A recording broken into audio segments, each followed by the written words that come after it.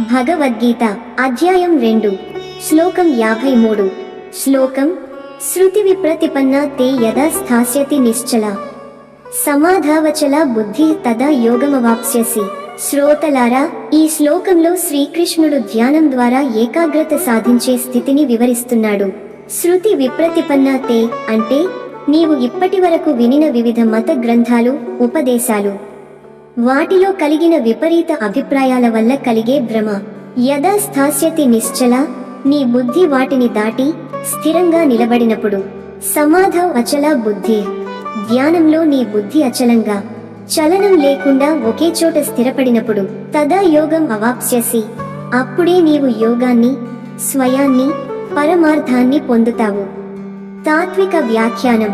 ఈ శ్లోకం మనకు చెప్పే గొప్ప సందేశం ఏమిటంటే, నీ మనసు బాహ్య శబ్దాల నుంచి, వాదాల నుంచి విడిపడాలి. ఆ లోపల శాంతి, స్థిరత ఏర్పడాలి. అప్పుడు మాత్రమే నిజమైన యోగం, ఏకత్వ అనుభూతి వస్తుంది. ఇది సాధ్యం కాని లక్ష్యం కాదు.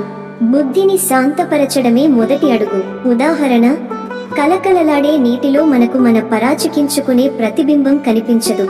నీరు నిశ్చలమయ్యే లోపల అంతరంగాన్ని చూడగలం. అటువంటి నిశ్చలతే ధ్యానం, అటువంటి స్థిర బుద్ధే యోగం. ఈ శ్లోకం మనకు నేర్పే పాఠం.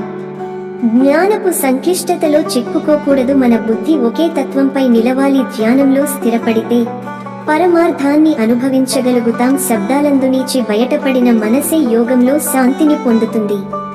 అలాంటి స్థితి వైపు మన ప్రయాణం మొదలవాలి. ఓం శాంతి శాంతి శాంతి. కామెంట్లలో మీ అభిప్రాయాన్ని చెప్పండి, లైక్ చేయండి.